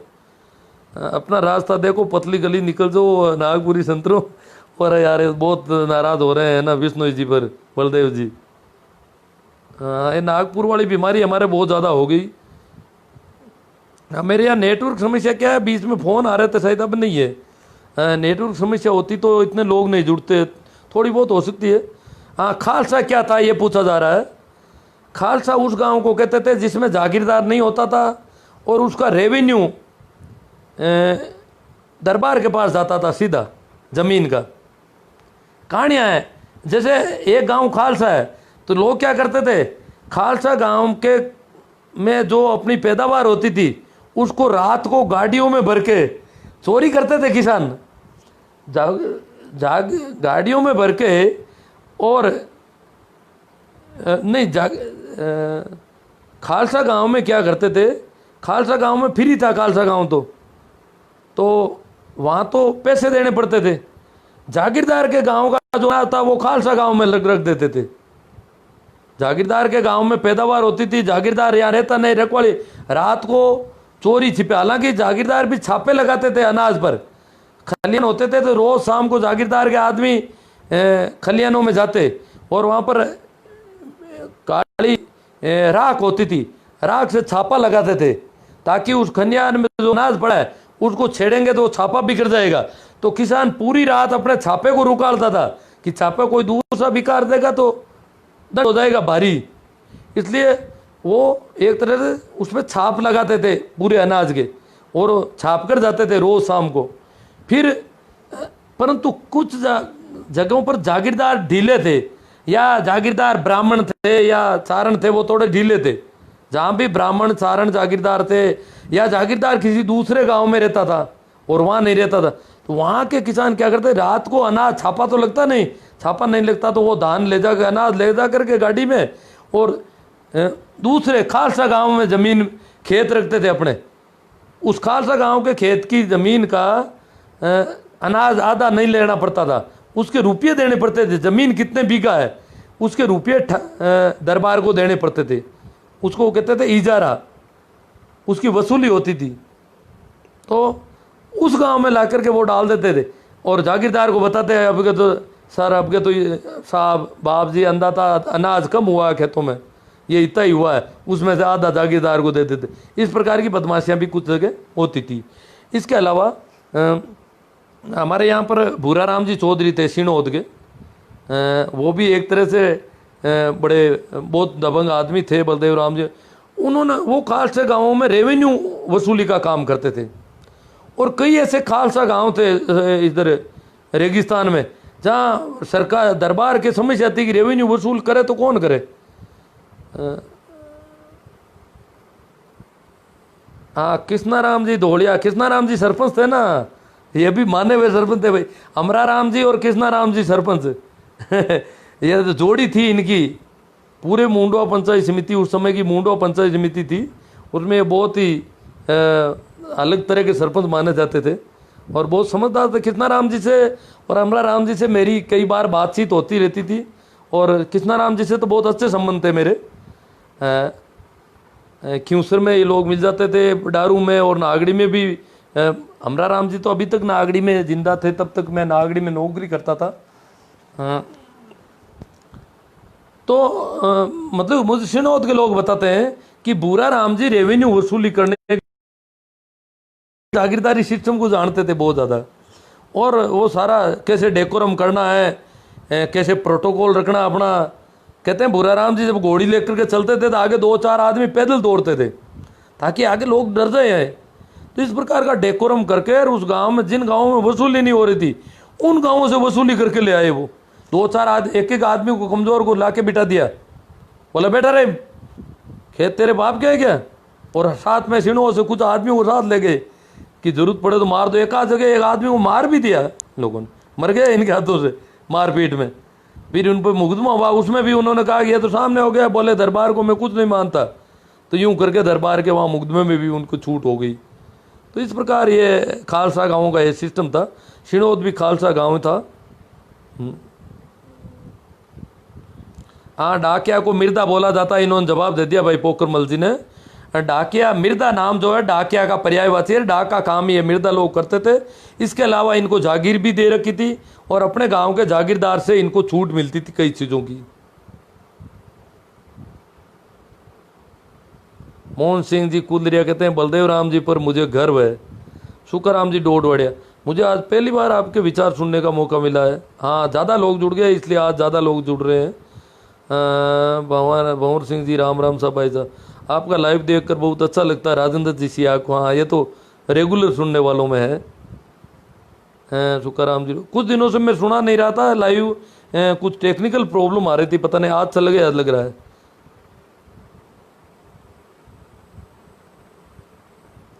बोमली जाटा री आवाज, ये गाना तो बाद में जुड़ा और ये गाना गाया जाता था।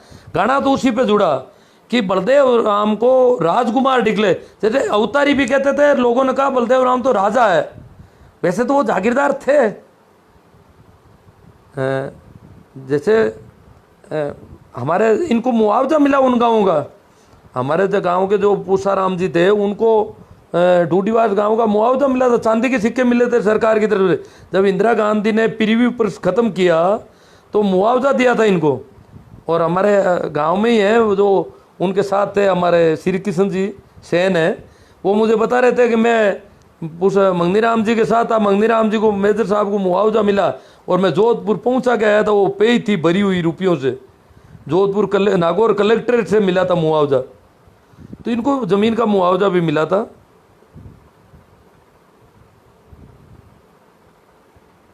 तो भोमली जाटा रही तो जमीन जाटों को मिली और बलदेव को राजकुमार। भोमली का मतलब है भूमि, भूमि जाटा। अब कुछ लोगों ने कहा कि ये कोई लव एपेस की कहानी, ऐसा कोई लव का मामूली कहानी नहीं, जैसे हीर रांझा, सिरी फराद, ऐसा कोई भोमली और बलदेव कोई दो कैरेक्टर नहीं है किसी कहानी के, किसी पर्सन से नहीं है। ये गाना इसी बात पे था कि बलदेव राम ने जमीन जो है जाटों को दिलवाने में बहुत मेहनत की। बुजुर्गों से आप और पूछोगे तो बहुत बातें मिलेगी आपको, मैं तो सुन नहीं पाता हूँ तो पूछूं क्या किसी से, मेरी तो ये दिक्कत है। आप तो बातचीत कर सकते हो किसी से भी। राजेंद्र जी, युवा आजकल के युवा जाट पता नहीं किस गलतफहमी में शिकार हैं, जो बोलते रहते हैं कि मिर्जा ने हमको बर्बाद कर दिया। देखो बलदेव राम जी मिर्जा को तो कुछ कहा नहीं जा सकता, वो तो बिल्कुल कोई वोट नहीं, उनको आपने चुनाव हराया है। बलदेव राम जी पहला चुनाव हारे हैं, सन 52 का चुनाव लड़ा था बलदेव राम जी मिर्जा ने।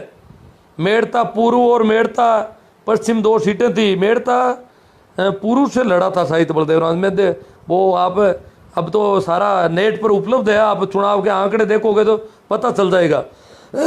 तो उसमें बलदेव राम मिर्जा हार गए थे और कोई ठाकुर जीते थे, और 2 जाट जीते थे पूरे राजस्थान में शायद, परशुराम मदेरणा और नाथूराम मिर्जा। ओसिया से परशुराम मदेरणा थे और हाँ पश्चिम से आ रहे थे बलदेव राम जी। मेड़ता पूर्व जो बाद में डेगाना सीट बनी, वहाँ से नाथूराम जी जीते थे। डेगाना उस समय नहीं थी, वो मेड़ता पूर्व सीट थी, डेगाना इलाका उसमें आता था पूरा ही।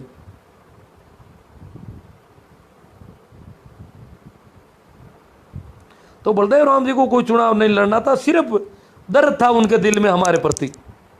ये गाँव के बेचारे खाना बदोश टाइप के लोग थे, भटक रहे थे, भूखे प्यासे, आंतड़ियाँ निकली हुई थी, हालत बहुत खराब थी, दशा देखने जैसी नहीं थी। तो बलदेव राम जी चाहते थे कि समय में बदलाव आ रहा है और इसके साथ मैं इन लोगों को कितना बदलाव में ले जाऊं, कितना समय के साथ इनको जोड़ दूं, कितना समय समाज की मुख्य धारा से ये लोग जुड़ चुके हैं। गाँव के लोग और शहरों में भी बहुत अंतर था, तो वो चाहते थे कि गाँव के लोग शहरों की तरफ कैसे पढ़े।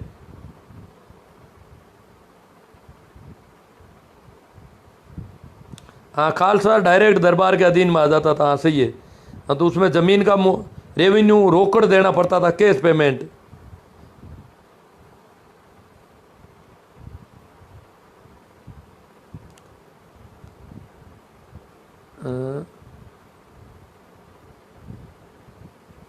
सुरेश मेघवंशी किसी का जवाब दे रहे हैं, बलदेव जी के अलावा चांदना पड़ा है जलमिया।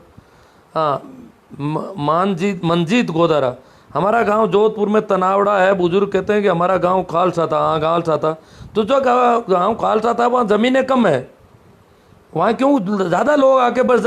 खालसा गांव में जागीरदारी जुल्म नहीं थे, इसलिए जागीरदारों से परेशान होकर के कई लोग बस जाते थे, इसलिए ज़मीन कम मिलती थी लोगों को, उस ज़मीन से ही गुजारा करना पड़ता था। और जागीरदार जहाँ बड़े जागीरदार थे, जो जागीरदार जितना ज़्यादा परेशान करता था उतने ही किसानों को ज़मीन ज़्यादा मिल जाती थी, परंतु परेशानियां बहुत ज़्यादा झेलनी पड़ती थी। वो का वही मामला था। तो खालसा गाँव में थोड़ी ज़मीनें कम है, तनावड़ा है, तो वहाँ देखोगे आप लोगों के पास ज़मीनें थोड़ी सीमित रहेगी, क्योंकि लोगों की संख्या खालसा गाँव में ज़्यादा होती थी कि वहाँ परेशानी कम थी।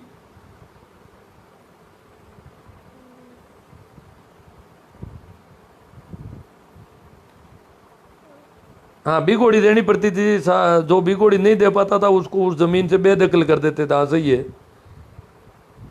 जमीन तो ठाकुर की थी, वो सीधी दरबार की थी। खालसा गांव की जमीन किसी एक आदमी को पट्टा नहीं दे रखा था।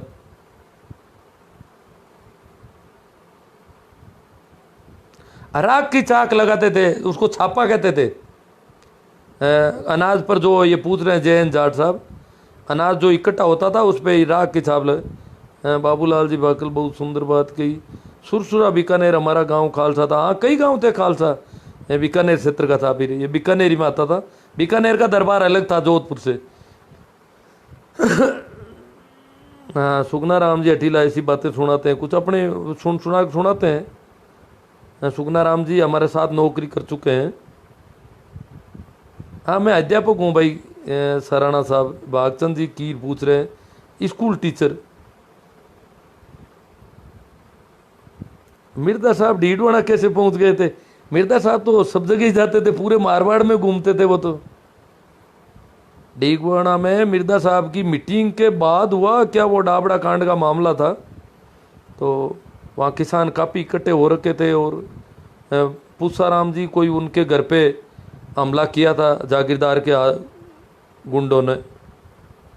भागीर जी साहब किसान चोरी नहीं करते, चाहे भूखा आप सब कर लेते हैं, ऐसी कोई बात नहीं। एक मुझे कहानियाँ मैंने सुनी है वो मैं बताता हूँ। शंकर लाल जी रोम रोड, श्रीमान हमारा गांव में ठाकुर आज भी नहीं है। चौधरी का गांव है ढाडोता बरबसर, मैंने सुना है कि हमारे गांव के चौधरी ने घोड़ी पर जाकर पड़ोसी गांव के किसानों को अपना हक दिलवाया। आपको बहुत बहुत धन्यवाद, आपकी रोचक जानकारी दी। मैं पंजाब आर्मी से सुन रहा हूँ।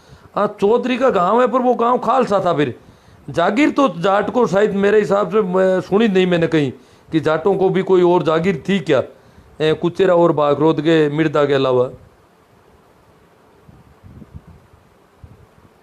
रघुवीर जी राजपूत, राम राम साहब, राम राम, प्रणाम सभी को।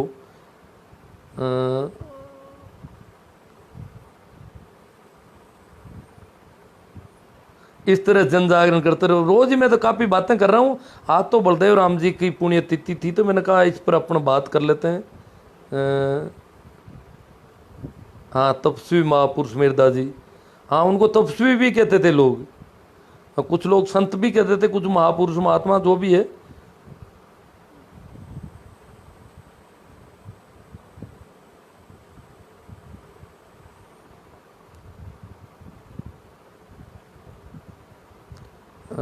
और कोई देख रहा हूँ मैं, जय नारायण व्यास और बलदेव राम जी मिर्दा एक साथ। हाँ, जय नारायण जी व्यास तो स्वतंत्र रूप से आंदोलन चलाते थे। मारवाड़ हितकारिणी सभा और उनके थे वो, एक तरह से बाद में वो कांग्रेस के साथ जुड़ गए। और वो तो जय नारायण व्यास तो पूरी तरह से दरबार के खिलाफ खड़े थे। बलदेव राम जी को दरबार से थोड़ा रखना पड़ता था, दरबार की नौकरी। बाद में उन्होंने इस्तीफा दे दिया, तब वो उनके साथ हो गए थे। इस्तीफा देने से पहले जय नारायण जी व्यास से उनके संपर्क जरूर थे, परंतु जय नारायण जी व्यास जो है स्वतंत्र रूप से स्वतंत्रता सेनानी थे। बलदेव राम जी को दरबार की नौकरी करते हुए ये सारा काम करता था। उनको पता था कि अगर मैं नौकरी छोड़ के आ जाऊंगा तो फिर जागीरदारों से मुकाबला करना मुश्किल पड़ जाएगा, इसलिए दरबार की तरफ से जागीरदारों से संघर्ष करने में आसानी थी उनके। हाँ, भंवरलाल जी कहते हैं मैं डीडोना में आज भी बलदेव राम जी को पूरे मारवाड़ में याद करते हैं साहब। डीडोना में क्यों, पाली, सिरोही, जालोर, आप बाड़मेर कहीं भी चले जाओ, जैसलमेर, पूरे मारवाड़ में गांव गांव में लोग जानते हैं बलदेव राम जी को, पुराने लोग तो।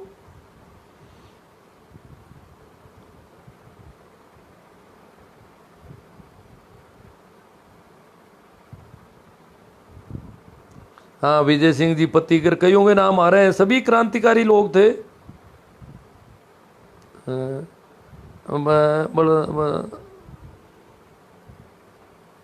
नहीं, नाथूराम जी मिर्दा और बलदेव राम जी का परिवार एक है। मैं तो इतनी ज़्यादा जानकारी तो नहीं है, परंतु ये दादा पोता में नज़दीकी परिवार के थे, ज़्यादा दूर का रिश्ता नहीं था।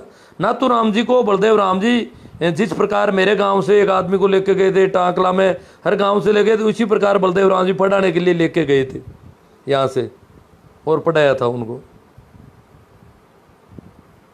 बलदेव राम जी ही लेकर गए थे नाथूराम जी को।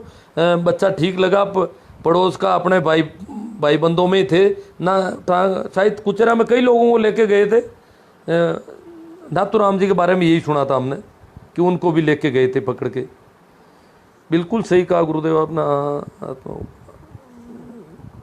चलो, कुछ बातों से बातें निकला है, तो हालांकि बातें चर्चा काफ़ी हो गई है, शायद वापस तो किसी बात को छेड़ना अब ठीक नहीं रहेगा।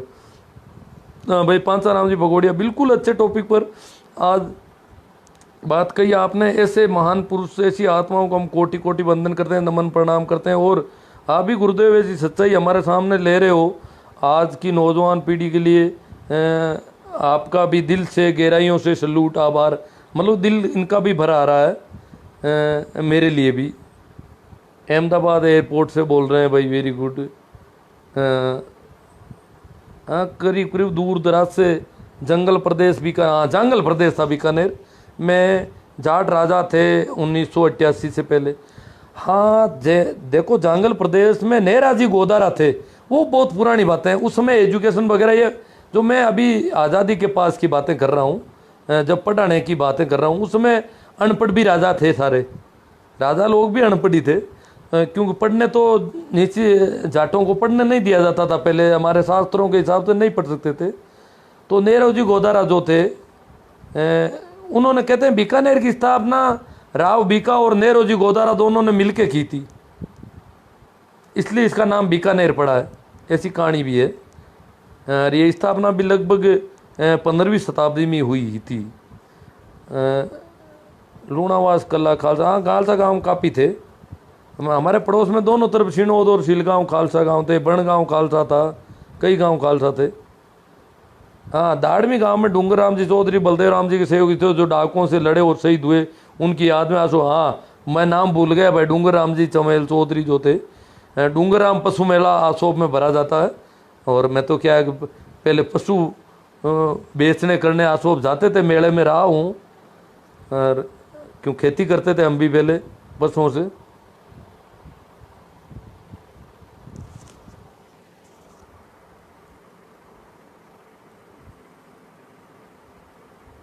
बी आर मिर्जा के एहसान हमने नहीं, उन्होंने एहसान नहीं किया है, हम नहीं चुका सकते।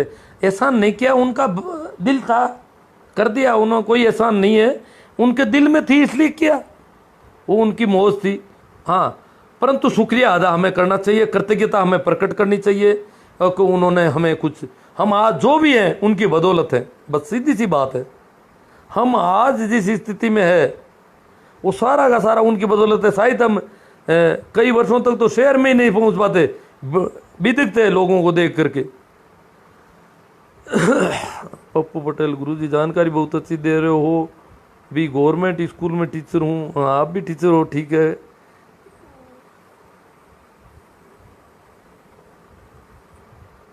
आज कमेंट ज़्यादा है, शायद सारे कमेंट तो दे ही नहीं पाऊंगा। आज पहली बार आपके लाइव को बलदेव राम जी जानकारी सुनी, बहुत अच्छी लगी। राजू राम जी कदाव आपकी रोचक जानकारी मैं कभी हर एक लाइव में कहीं कुछ आती रहती है। लंबा लाइव सुने कौन इतना लंबा, क्यों लंबा ज़्यादा खिंच जाता है, शायद डाटा भी खत्म हो जाते हैं कई लोगों के शाम को इस समय। मेरा ये जानकारी के लिए धन्यवाद वाले हैं ज़्यादातर तो, और कोई भी मैं सोच रहा हूँ कोई ऐसी क्वेरी और जिसको छेड़ना ज़रूरी हो तो लेते हैं। हाँ भाई सुखाराम जी डोडवाड़े अम्बी की डीडवाणा से, सर कभी पधारो सा डीडवाणा गुरु जी।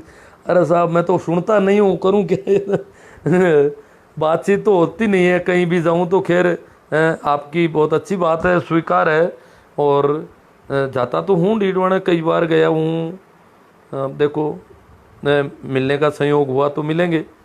पांचू राम जी भगोरिया, आप बहुत अच्छा संघर्ष कर रहे हो, हम दिल की गहराइयों से आपके संघर्ष को सैल्यूट करते हैं। हम आपकी भावनाओं के साथ हमेशा खड़े मिलेंगे गुरुदेव। पांचू राम जी तो बहुत हमेशा खड़े मिलेंगे भाई। मैं कई तरह की बातें करता हूँ, पता नहीं कभी कभी आपकी गाड़ी नहीं फिसल जाए, क्योंकि मैं तो अपने आप से एक तरह चाय जैसी शुरू कर देता हूँ। खैर जो भी है आपके भाव है। भवनलाल जी धाइल भीलड़ी गुजरात से बोल रहे हैं, भीलड़ी। इंग्लिश वाले तो टाल ही दूँ क्यों, उन्हें मुश्किल होती है। हाँ दाड़मी के एक चौधरी को महेंद्र जी गवाड़ा, वो डूंगर राम जी चौधरी थे दाड़मी के।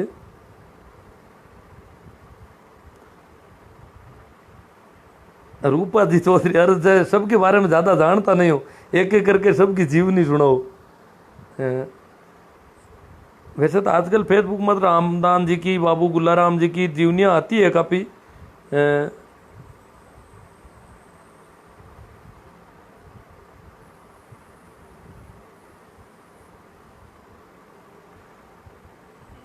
कोटि कोटि प्रणाम, ये तो सब प्रणाम नमस्कार। चलो जो भी है, आप लोगों ने आज बहुत अच्छा सहयोग दिया, और शायद आज तो मेरे हिसाब से 15,000 से ज़्यादा लोग सुन रहे होंगे, व्यू हो गए होंगे। और आप ज़्यादातर लोग इस पर लाइक कमेंट और इसको शेयर करना, ये तो अब आपकी ड्यूटी है। और साथ ही मेरे जो यूट्यूब चैनल है उसको सब्सक्राइब करना, सब्सक्राइब करने से उसका प्रसारण बढ़ता है, तो इसमें कंजूसी नहीं बरतें आप, सब्सक्राइब ज़रूर करें। यूट्यूब चैनल का नाम ही शिवनारायणी नानिया यही नाम है जो मेरी आईडी का है। और आज दिन में भी कई पोस्ट हैं, मैंने लिंक डाले हैं, ये स्टेटस पोस्ट में नीचे लिंक डालता हूँ, तो कुछ तो उस पोस्ट को पढ़ गई उस पर कमेंट करते हैं, जिनको पता है वो लिंक क्लिक करते ही यूट्यूब पर मेरा संबंधित वीडियो आता है। तो वैसे वीडियो भी आप देखें और उसको सब्सक्राइब कर रहे हैं, और इस प्रकार ये आपका भी सहयोग होगा। आप देखो आज हम बहुत सस्ते में मीटिंग हो रही है हमारी बीच में, बलदेव राम जी को कितनी मेहनत करनी पड़ती थी, कैसे मीटिंग होती थी, आज हम साथ बैठे हैं। और इसमें भी बलदेव राम जी का योगदान, मैंने कहा ना मैं जिस किसान छात्रावास में रहता था वो उन्हीं की देन थी, और जो व्यवस्थाएं उन्हीं की जगाई हुई जोत थी। नहीं तो जब मैं पढ़ने गया तब तक उस स्वरूप तक वो नहीं पहुंच पाती।